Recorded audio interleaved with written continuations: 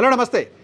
Professor Kodandaram Telangana ఉద్యమాన్ని చూసిన వాళ్ళకి, తెలంగాణ ఉద్యమంలో పార్టిసిపేట్ చేసిన వాళ్ళకి, తెలంగాణ ఉద్యమాన్ని ఎక్స్పీరియన్స్ చేసిన వాళ్ళకి, రిపోర్ట్ చేసిన వాళ్ళకి, పాల్గొన్న వాళ్ళందరికీ కూడా కోదండరాం సార్ అంటే చాలా గౌరవం.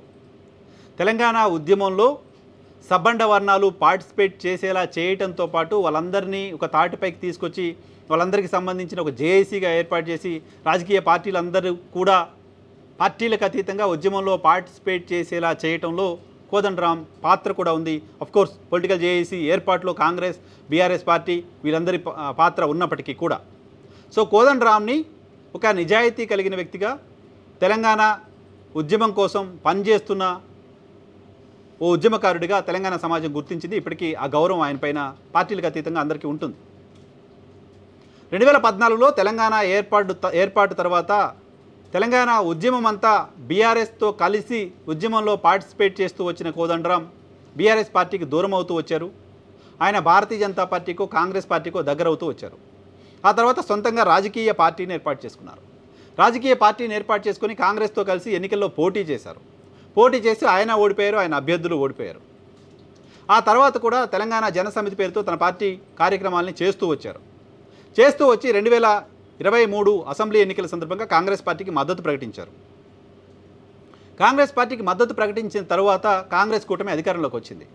కాంగ్రెస్ కూటమి అధికారంలోకి వచ్చిన తర్వాత పెద్ద మనిషిగా ఉన్న కోదండరాంని పెద్దల సభకు పంపించాలనుకుంది.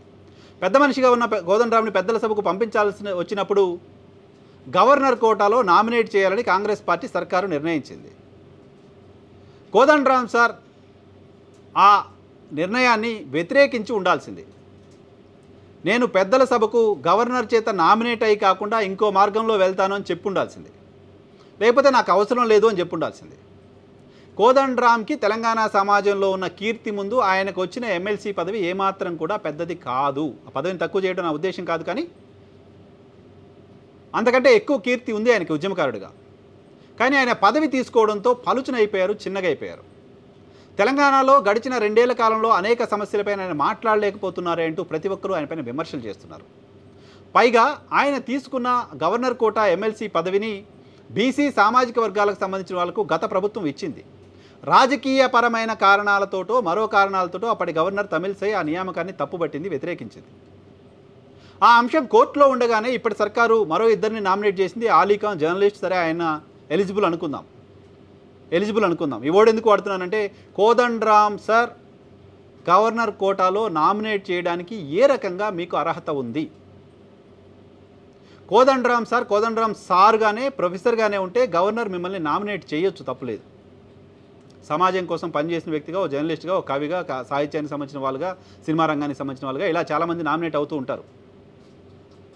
ఓ 12 మందిని రాష్ట్రపతి రాజ్యసభకు, ఇక్కడ గవర్నర్ మండలికి నామినేట్ చేస్తూ ఉంటారు. ఆ కోటాలో మీకు డెఫినెట్గా అర్హత ఉండేది. కానీ కోదండరాం సార్ మీరు ఒక రాజకీయ పార్టీ అధ్యక్షుడు కదా. ఓ రాజకీయ పార్టీ అధ్యక్షుడిని వేరే ఏదో కోటాలో గవర్నర్ ఎలా నామినేట్ చేస్తారు? నిబంధనలకు విరుద్ధం కదా ప్రాథమికంగానే. అది ఎలిజిబిలిటీ ఉన్నట్టు కాదు కదా మీకు. పైగా గతంలో దాసోజు శ్రవణ్, సత్యనారాయణ వాళ్ళిద్దరూ నియామకాన్ని గవర్నర్ తప్పుబట్టిందే వాళ్ళకి పొలిటికల్ అఫిలియేషన్ ఉంది అని కదా. పొలిటికల్ అఫిలియేషన్ ఉంది అని వాళ్ళిద్దరి నియామకాన్ని తప్పుబట్టి పక్కన పెడితే ఆ ప్లేస్లో ఒక పొలిటికల్ పార్టీ అధ్యక్షుడిగా మిమ్మల్ని నామినేట్ చేస్తే మీరు ఎలా తీసుకుంటారు? అసలు మీరు తీసుకోవడమే తప్పు కదా, యాక్సెప్ట్ చేయడమే తప్పు కదా.